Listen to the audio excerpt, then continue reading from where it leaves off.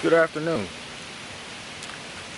I'm just taking a walk through this neighborhood. One of the last times I walked through this neighborhood. Got a lot on my mind. a lot of stuff stemming from Facebook stuff I've been reading. And I just want to put this disclosure out there before you watch this video.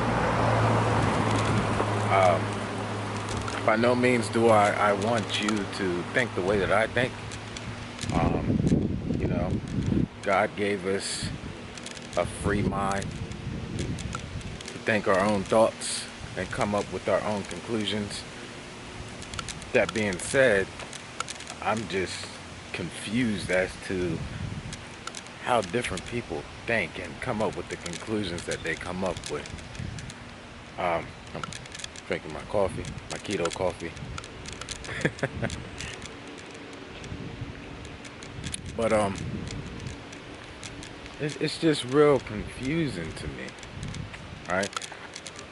We have all these signs in our everyday life that point to, you know, a certain thing happening in the world, and people still deny it. It's almost like having a 7.2 rated earthquake happen in your neighborhood, but since your house didn't fall down, you don't believe it happened.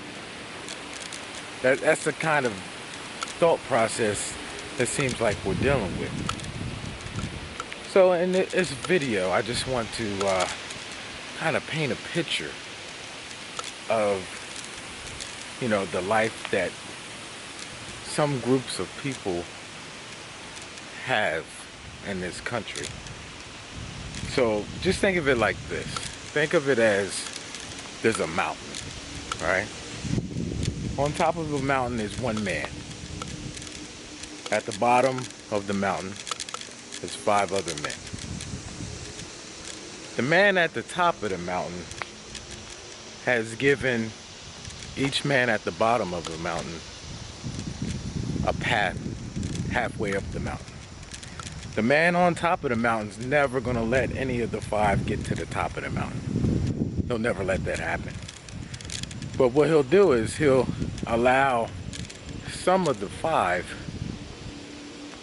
to establish life halfway up the mountain, right?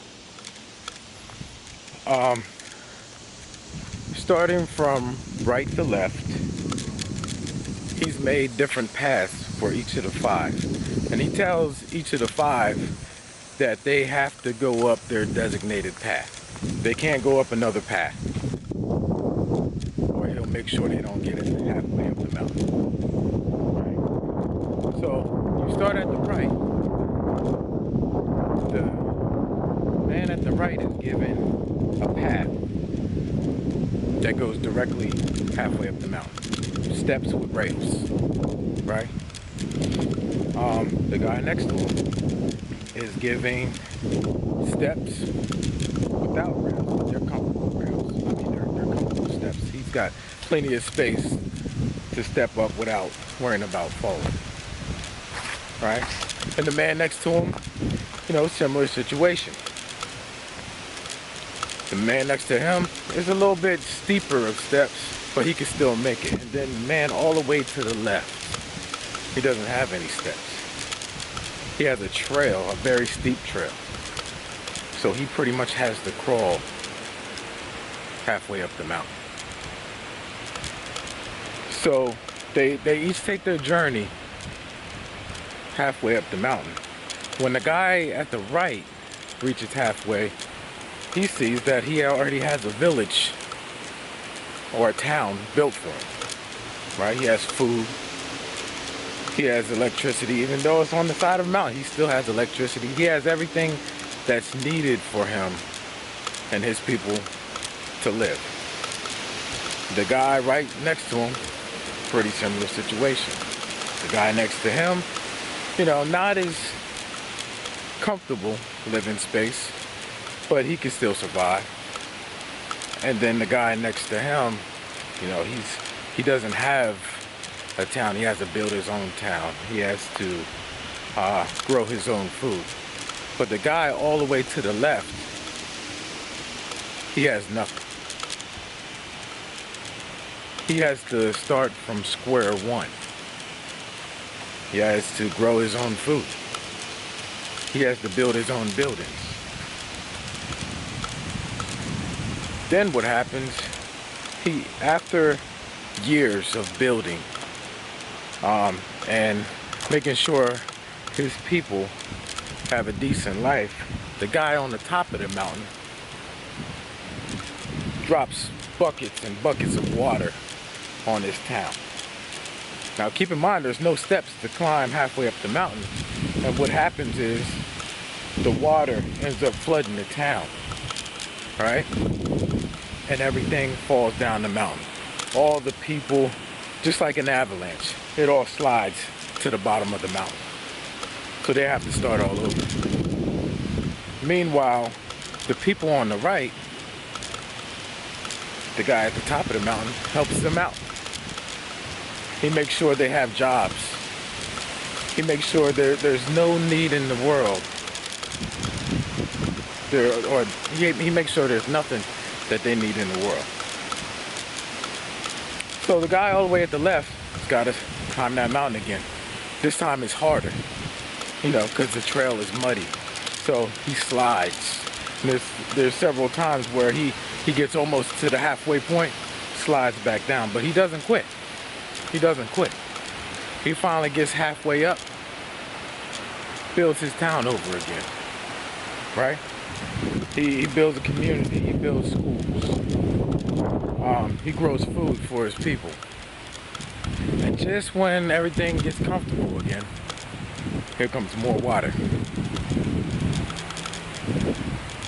Now the frustration sets in. Frustrated because in his mind he's like, why am I going to keep climbing up this mountain when I just keep getting knocked down again with no help? He looks around and he sees all the other people, they get help. They've had stuff provided for them. They've had food provided, a way of life provided for them. But the man on the left, no help. And then what happens is the other groups start looking at the man on the left and start calling him lazy. He's lazy because he doesn't want to climb halfway up the mountain no more. He's lazy because his community isn't as developed as theirs. He's lazy because he's realized that the things that have happened for reasons that are now out of his control. Because he climbed halfway up the mountain. He did what he was supposed to do as far as build a community. He built schools. He grew food. And he had it destroyed. So now the frustration sets in, and all the people that are in that community, they all start getting frustrated. And they all turn on themselves out of frustration because they feel like they can't win. And of course there's more to it. There's a lot more details in the situation, but I think that pretty much at least shows my view of what's going on. And of course there's going to be people that hate this video, and I don't really care. Those of you that know me, I don't really care about what you view or what you think of me, because I know who I am. But the only way that the world is going to change is if we work together. You can't pick and choose who you want to be successful. You know, we have a lot of people out here that you know, claim to be followers of Jesus, and they put up posts, Jesus is love. But then these same people, you know, that claim to follow Jesus, they want to go throw their support behind a guy that, you know, he wants to divide, right? He doesn't want to bring anybody together. He wants to divide. There's two things that man likes or loves, right? He loves money and he loves division.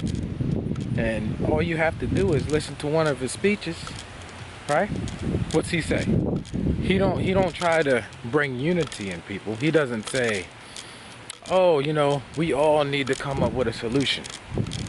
You know, I need to get support from everyone. He doesn't say that. He says, oh, I need to get support from the blacks. I need to get support from the Latinos, the Asians, right? He never says the whites. I never heard him say the white. The blacks.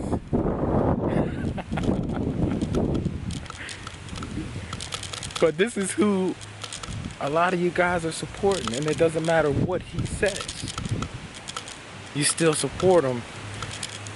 And I think the reason is he's able to say the things that you guys wish you could just walk down the street and say. And it's scary. It's scary. The same people that are on Facebook or, you know, trying to tell me, oh, we're all people, I don't see color. The same people that are throwing up the Donald Trump, you know, I support Donald Trump signs in their yard. I don't know. It's very confusing to me. But like I said, nothing's ever going to change unless we start coming together and start coming up with solutions to help each other, and stop thinking that everybody has the same road to success, because we don't. We don't. And it really does matter what you look like. And the faster that everybody recognizes that and realizes that, the better off we'll be as a people. People looking at me crazy because I'm carrying this camera, but I don't care. But that's my message for today. I mean, I'll probably put this on YouTube, so if you want to hit the dislike button, hey, feel free to do it. Talk to y'all later.